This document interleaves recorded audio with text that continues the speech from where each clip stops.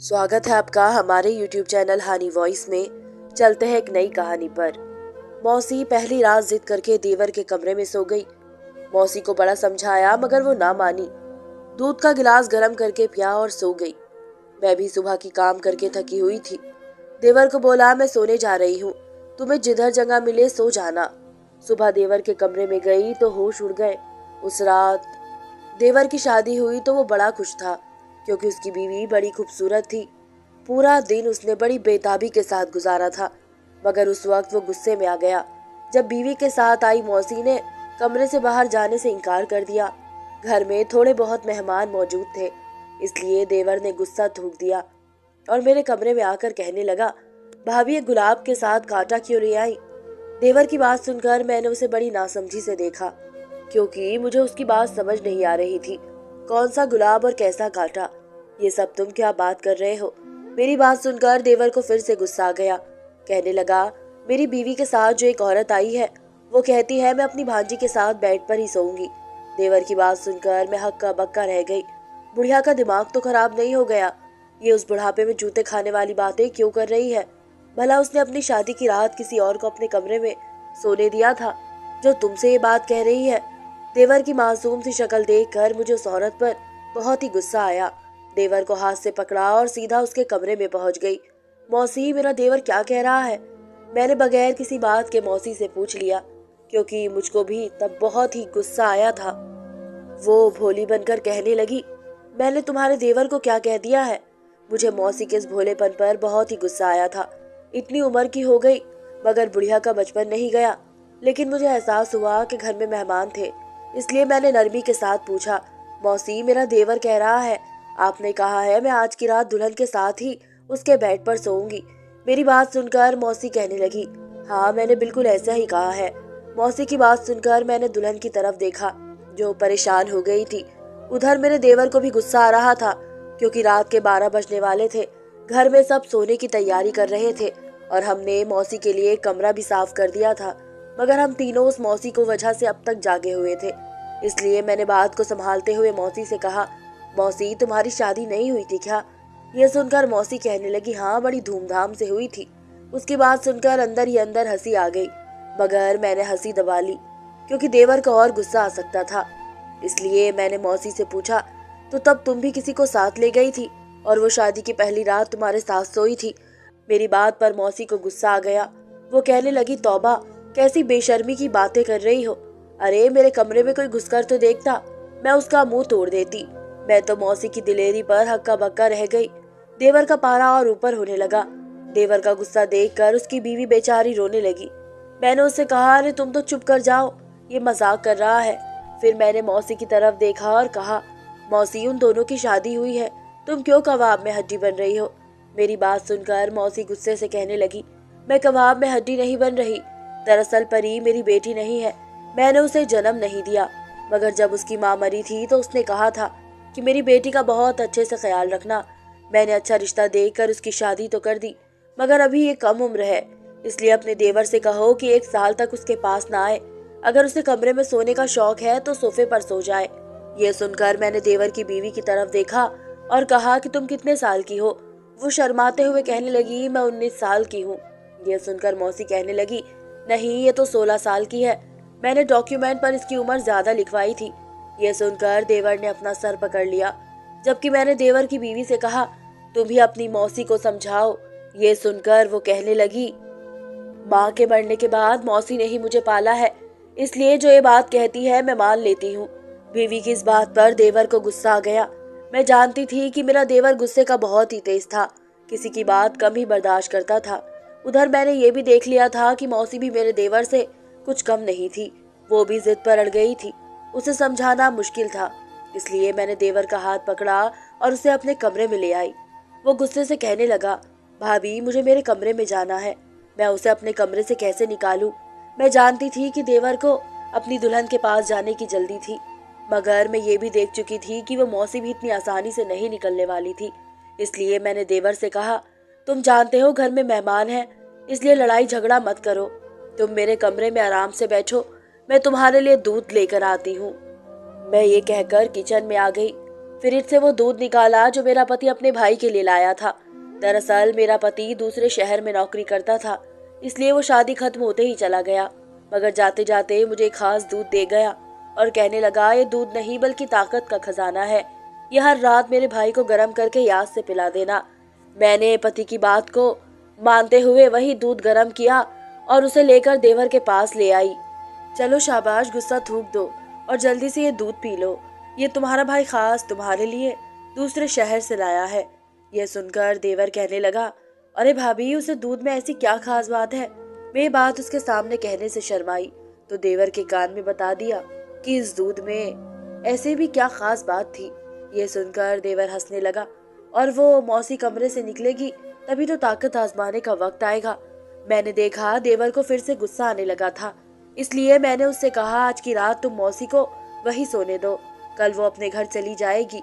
देवर ये सुनकर कहने लगा, लेकिन भाभी, सारे घर में मेहमान हैं, मैं कहाँ सोऊंगा। ये सुनकर मैंने फौरन उसे कह दिया, तुम आज की रात मेरे कमरे में सो जाओ। देवर ने वो रात मेरे कमरे में गुजारी और सुबह होते ही अपने दोस्तों के साथ चला गया। शादी खत्म हो चुकी थी, इसलिए आहिस्ता आहिस्ता मेहमान जाने लगे। यहाँ तक कि शाम हुई तो घर में सिर्फ मौसी ही रह गई। मैं दुल्हन के कमरे में आई तो मैंने मौसी से पूछा कि मौसी, घर में कोई और मर्द है? देवर आए तो मैं उसे कहूंगी वो आपको छोड़ आए। मेरी बात सुनकर मौसी उछल पड़ी और गुस्से से कहने लगी, अरे बेटा, रात तो तुमको समझाया था कि मैं कहीं नहीं जा रही, मैं अपनी बेटी के पास ही रहूंगी। ये सुनकर मेरे होश उड़ गए और मेरा दिल किया मैं अपना सर दीवार पर देकर मार दूं। देवर को कल तो समझा दिया था, मगर आज क्या करूंगी, यही सोच सोच कर मैं परेशान हो रही थी। सास ससुर नहीं थे, वरना वो ही इस मसले को हल कर लेते। पति भी शहर से बाहर थे, उसे भी बात बात पर परेशान नहीं करना चाहती थी। मगर रात होते ही देवर घर खुशी खुशी आया। मैं किचन में खड़ी थी, देवर पास आया तो कहने लगा, भाभी, आज तो किचन से बड़ी मजे की खुशबू आ रही है। वो मेरे करीब आकर खुशबू सूंघने लगा। खुशबू मुझे भी लाजवाब आ रही थी। मैंने अपने देवर से कहा, अरे दूर हटो, पास से चेहरा खराब हो जाएगा। मैंने उसे धक्का दिया तो हंसने लगा। वो ऐसा ही था, जब मूड अच्छा होता था तो ऐसा लगता था जैसे उसे कभी गुस्सा ही नहीं आएगा, मगर जब गुस्सा आता था तो किसी को भी नहीं छोड़ता था। देवर भारी भरकम था और मैंने उसको एक बार नाई के साथ गली के पास लड़कों से लड़ते भी देखा था। देवर ने अपनी लाठी से मार मार कर उन सबको भगा दिया था, इसलिए मैं उसको ठंडा करने की कोशिश कर रही थी कि कहीं ये मौसी की वजह से कोई तमाशा ना खड़ा कर दे।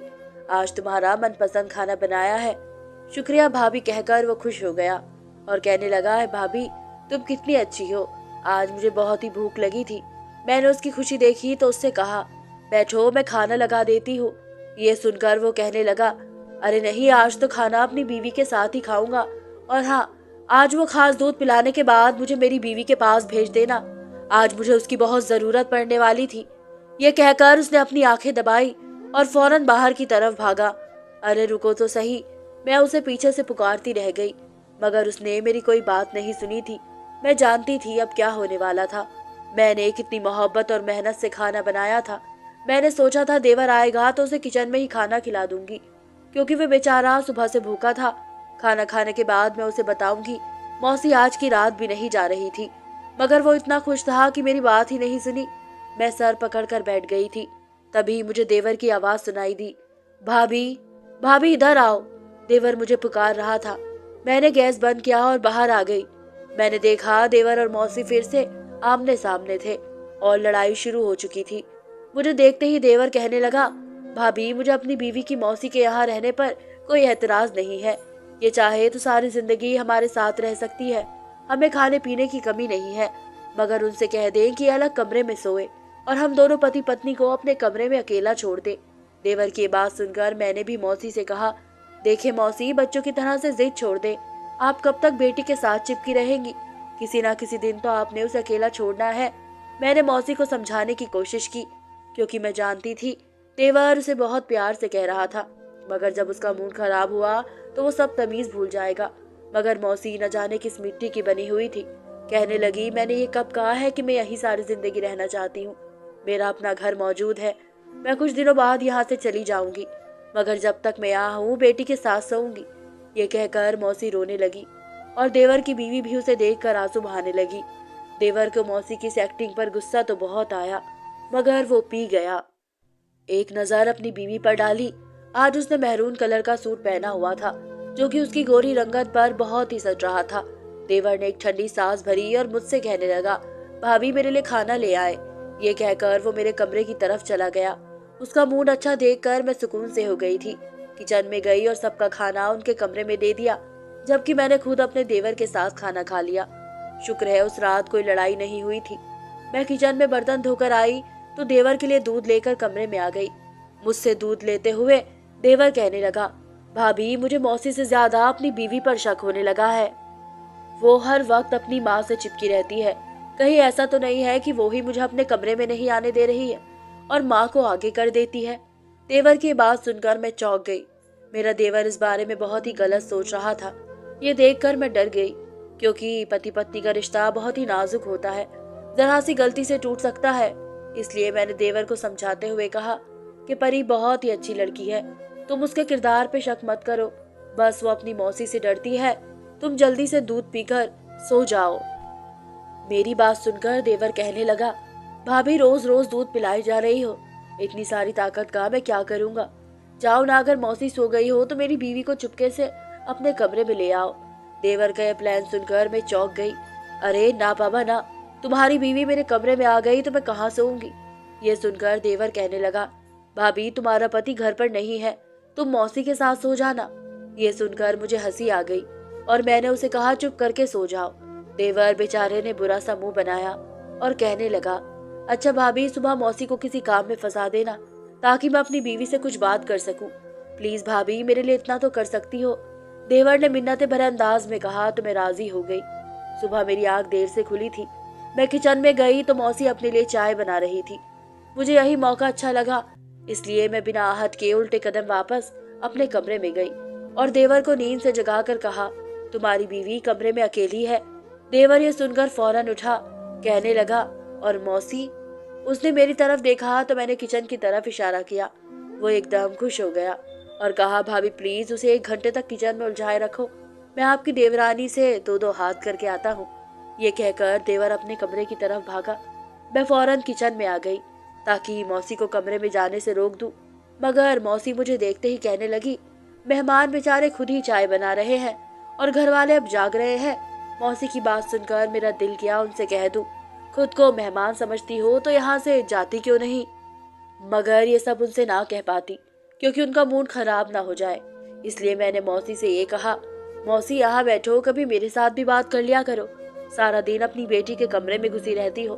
मगर मौसी कहने लगी, नहीं भाई मुझे बातें करने का इतना शौक नहीं है, मैं यहाँ चाय बनाने आई थी, सर में दर्द था, अब मैं जा रही हूँ, तुम्हारा घर है अब तुम ही संभालो। ये सुनकर मैंने उन्हें रोकने की बहुत कोशिश की, मगर वो चली गई। उसके जाते ही मैंने अपना सर पकड़ लिया, क्योंकि देवर बेचारा इतने शौक से अपने कमरे में गया था, मगर मौसी कबाब में हड्डी बनकर फिर से पहुंच गई। उसके जाते ही मैं नाश्ता बनाने लगी। तभी देवर किचन में आया और कहने लगा, भाभी अगर आज मौसी घर से ना गई तो मैं बता रहा हूँ, भाभी आप बीच में मत पड़ना, वरना आपकी भी शामत आ जाएगी। देवर इतने गुस्से में लग रहा था कि मैं कांप गई। पता नहीं ये मौसी मुसीबत की जड़ कब जाएगी। देवर की शादी की थी, सोचा था शादी के बाद देवर का गुस्सा ठंडा हो जाएगा, मगर यहाँ तो मसला ही उल्टा पड़ गया। मैं उन दोनों का नाश्ता लेकर कमरे में आई तो वो दोनों माँ बेटी किसी बात पर हंस रही थी। न जाने क्यों मेरा दिल किया मौसी का गला ही दबा दूं। पता नहीं कैसी माँ है, बेटी का घर बसाने की बजाय उजाड़ने पर तुली हुई थी। मजाल है वो अपनी बेटी से 1 मिनट के लिए भी दूर हुई हो। मैंने मेज पर चाय रखी तो मौसी कहने लगी, अरे बेटा चाय ले आई हो तो मुझे यही बिस्तर पर दे दो। मैं कमरे में से जाने ही वाली थी कि मौसी ने नया हुक्म जारी कर दिया। मुझे गुस्सा तो बहुत आया, एक तो हमारे घर पर कब्जा जमा कर बैठी थी और ऊपर से मुझे अपनी नौकरानी समझ लिया था। बिस्तर पर बैठकर हुक्म चला रही थी। मैंने जल्दी से चाय कप में डाली, तभी मुझे एक ख्याल आया जिसे सोचकर मैं खुश हो गई। मैं मौसी को चाय देने लगी तो जानबूझकर इसके कपड़ों पर गरम गरम चाय थोड़ी सी गिरा दी। ये देखकर मौसी जल्दी से उठ खड़ी हुई और वॉशरूम की तरफ भागी। मैंने अच्छा मौका देखा तो फौरन देवर की बीवी के पास जा पहुंची और उससे पूछा, सुबह तुम्हारा पति कमरे में आया था, तुम दोनों के बीच क्या क्या हुआ। मैं इसकी तरफ देखकर मुस्कुराई तो आंखें फाड़ फाड़ कर देखने लगी, जैसे मैंने उससे बहुत गलत बात पूछ ली हो। वो कहने लगी, भाभी जब वो कमरे में आए तो मैं वॉशरूम में थी। जब तक मैं वॉशरूम से निकली तब तक मौसी आ चुकी थी। हमारे बीच कुछ भी नहीं हुआ। इसकी बात सुनकर मैं समझ गई देवर इतने गुस्से में क्यों था। मुझे उस पर गुस्सा आने लगा। मैंने उससे कहा, तुम्हें जरा भी एहसास नहीं है? तुमने जिसके साथ शादी की है उसका हक अदा करने की बजाय अपनी माँ के साथ रह रही हो। ये सुनकर वो रोने लगी और कहा, भाभी मेरा क्या कसूर है? वो मेरी मौसी है, माँ बनकर पाला है मुझे उन्होंने। अब कैसे उन्हें कह दूंगी कि अब मेरी शादी हो गई है, आप मेरे घर से निकल जाए। उसका रोना देखकर मैं नरम पड़ गई। इस बेचारी का भी कसूर नहीं था, मौसी ही सारे फसाद की जड़ थी।